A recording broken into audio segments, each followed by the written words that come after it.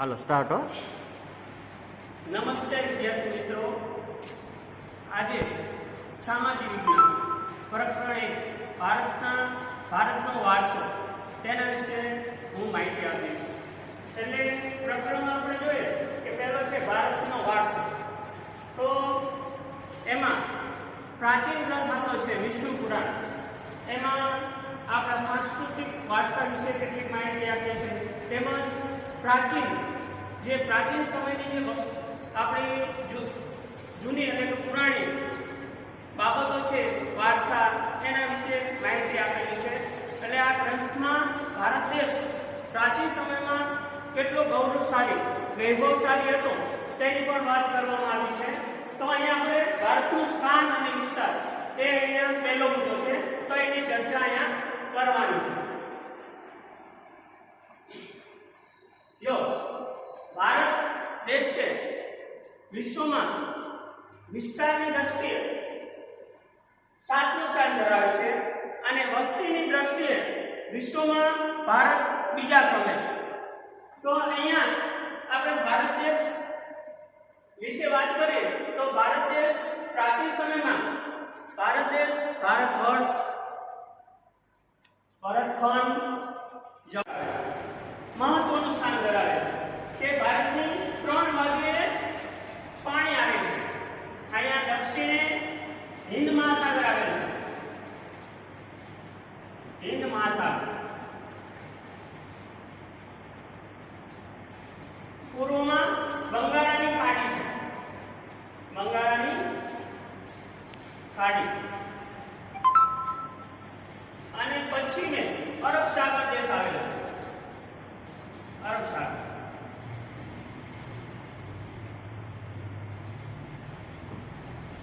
આ પશ્ચિમ,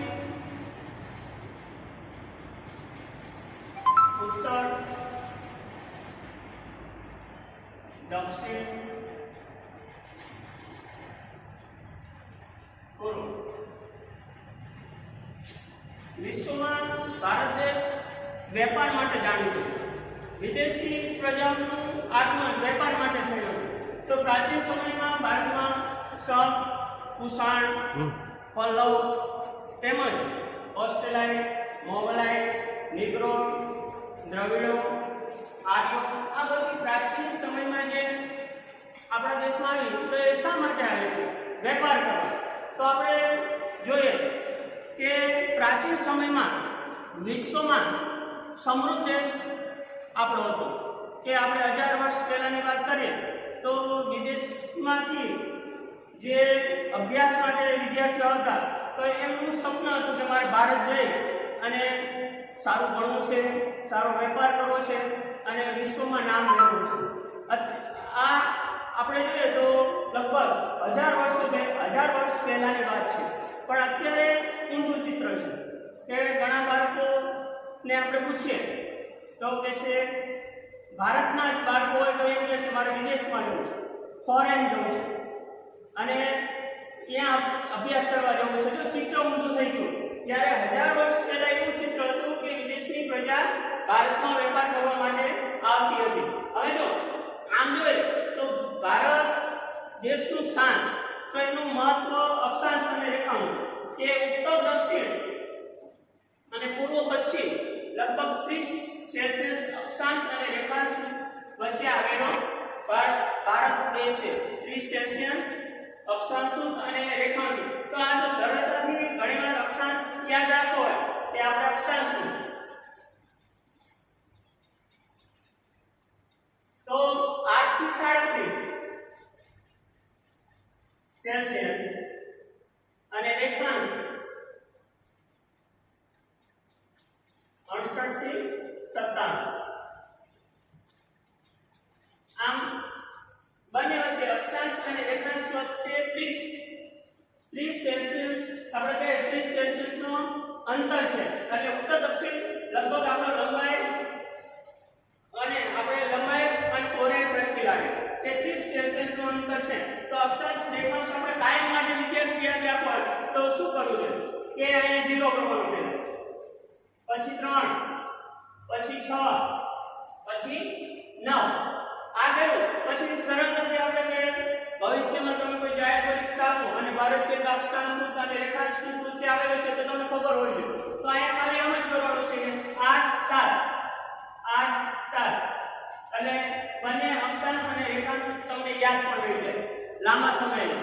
તો ભારત દેશ આમ વિસ્તાર અને વસ્તીની દ્રષ્ટિએ ખૂબ જ મહત્વનું સ્થાન વિશ્વમાં ધરાવે છે, કારણ કે આપણા દેશમાં ઘણી બધી વિદેશી પ્રજાઓ વેપાર અર્થે આવે છે. હવે તમે જો અહીંયા આપણે ભારતનું સ્થાન અને વિસ્તાર વિશે માહિતી મેળવી, ત્યારબાદ ભારતનો વૈવિધ્યસભર વારસો.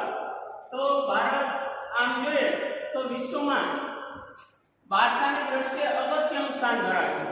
કે ભારતમાં આપણે કહીએ વારસા વિશે વાત કરીએ તો આપણા ઋષિ મુનિઓ, ઇતિહાસકારો, સાહિત્યકારો, તત્વચિંતકો, પછી મોટા વૈજ્ઞાનિકો, આ બધાનો આપણા વૈવિધ્યસભર વારસામાં સ્થાન છે. જેમ કે બાળક હોય અને વડીલ, આ બધાએ વૈવિધ્યસભર વારસામાં મહત્વનું સ્થાન ભજવ્યું છે.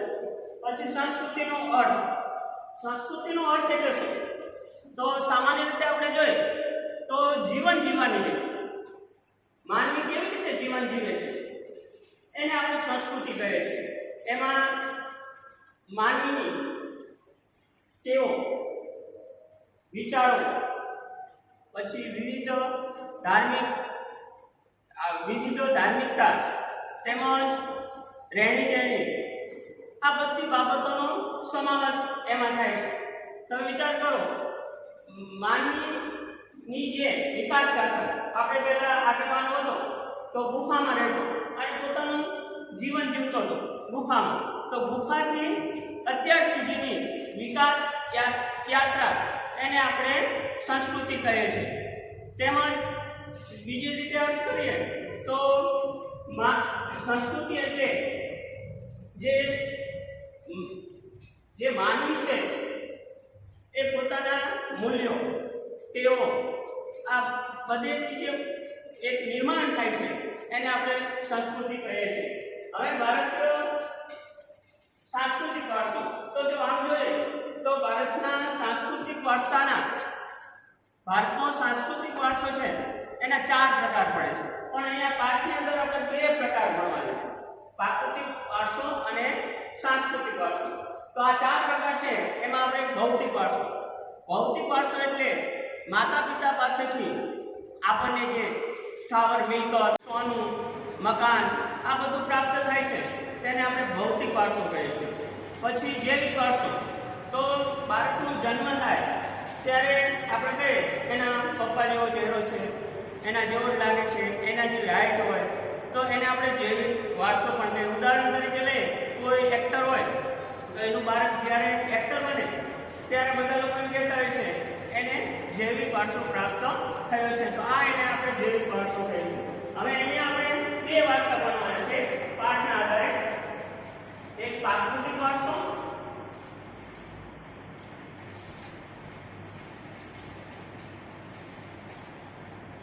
બીજો સાંસ્કૃતિક વારસો.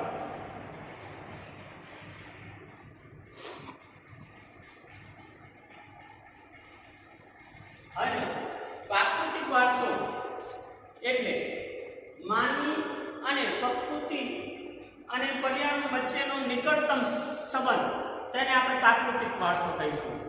એટલે કુદરતી વારસો છે. જે પ્રાકૃતિક વારસામાં છે એ માનવી કઈ એમાં નિર્માણ કરી શકે નહીં. તો પ્રાકૃતિક વારસામાં આપણે જોઈએ તો એક તો એમાં જો કુદરત એટલે કે હિમાલય હોય, પર્વત હોય, ગિરિમાળા હોય, શાખાઓ હોય, પછી ફૂલ હોય, વનસ્પતિ હોય, જીવજંતુ હોય, માનવી હોય, આ બધું જ પ્રાકૃતિક વારસામાં કુદરતે સર્જન કરેલું હોય એને આપણે પ્રાકૃતિક વારસો કહીશું. એમાં એક તો ભૂમિ દ્રશ્ય, પહેલું ભૂમિ દ્રશ્ય. હા, જો ભૂમિ દ્રશ્ય એટલે કે હિમાલય છે તો એ હિમાલયના કારણે ભૂમિ દ્રશ્ય સર્જાયું છે. તો એના આપણે કહીએ કે જે કોતર હોય, પર્વતો હોય, પહાડો હોય તો એને ભૂમિ દ્રશ્ય કહેવાય. જેમ કે બરફથી આખો હિમાલય સમાયેલો છે. તો એમાં કેદારનાથ, બદ્રીનાથ, અમરનાથ, નંદાદેવી જેવા સ્થળો આવેલા છે. તો એને આપણે ભૂમિ દ્રશ્ય કહીશું. તેમજ